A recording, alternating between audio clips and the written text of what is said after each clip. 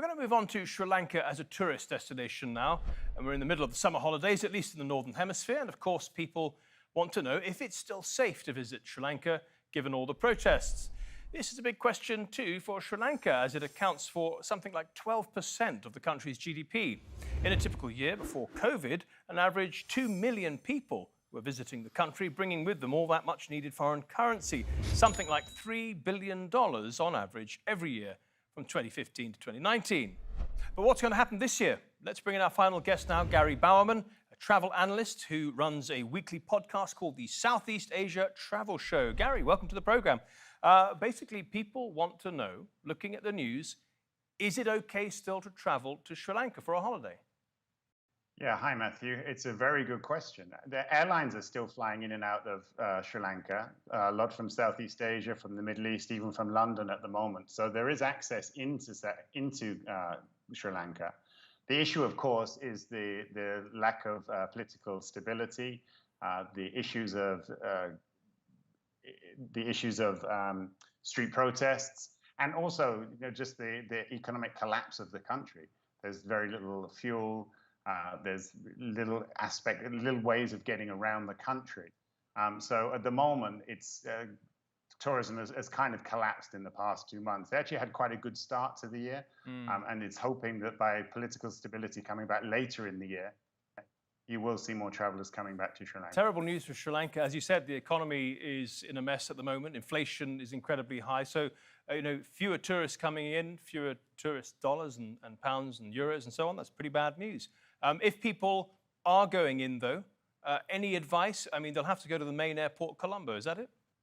Yeah, if you're flying internationally, it's impossible to avoid Colombo. That's the main airport, and that's where everybody's flying into right now.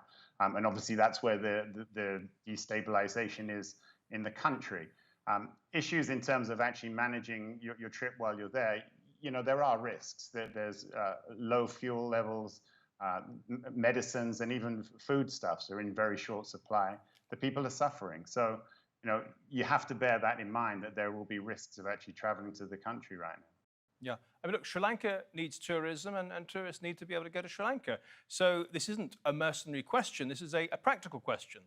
If people are watching TV and they're saying to themselves, oh, inflation's up a great deal, perhaps, the currency is weak, perhaps I can get more for my, euro, dollar, whatever it might be.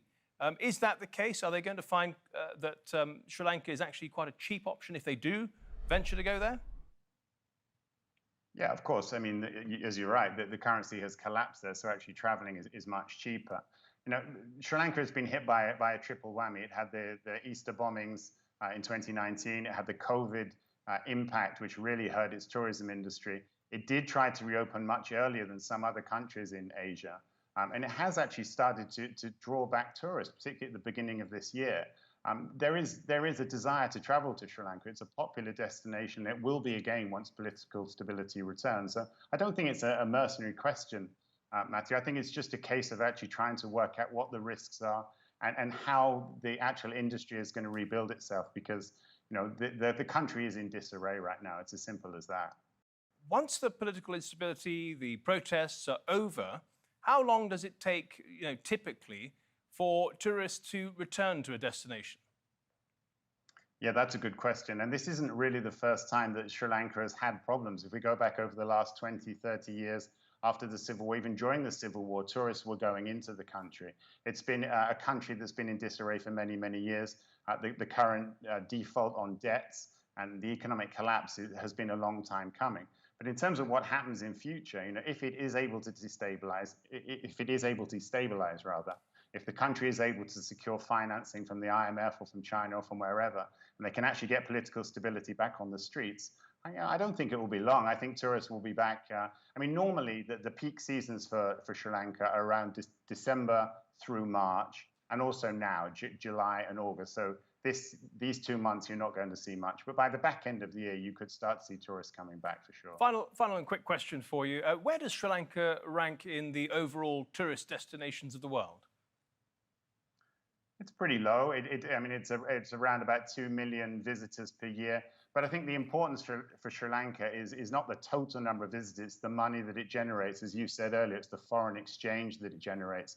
Tourism is the third biggest generator of foreign exchange for the country, and that shows you how important the travel industry is and how eager the government will be to get tourists coming back later in the year. So true. Gary Bowerman, thank you so much for your advice. Much appreciated. And thank you at home and on your phones for watching. If you want to see this episode or any of our previous episodes, do go to our channel on YouTube. Just type in Nexus TRT World. Till next week then, goodbye.